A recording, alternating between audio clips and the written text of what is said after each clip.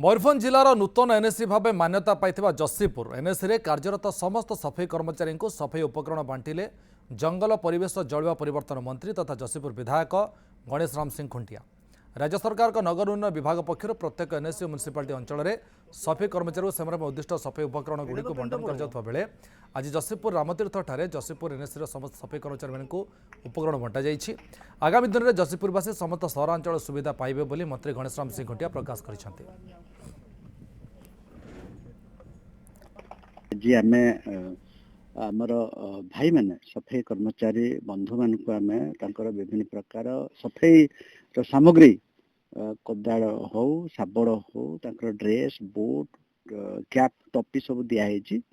तो निश्चित भाव में जसीपुर एवं ओडिशार मानचित्र रे लिपिबद्ध है और शहरीकरण विकास एठिकार जनसाधारण पाइबे समस्त प्रकार शहरीकरण योजना जहाँ जहाँ सब डेवलपमेंट एक्टिविटी अच्छी से पाइबा।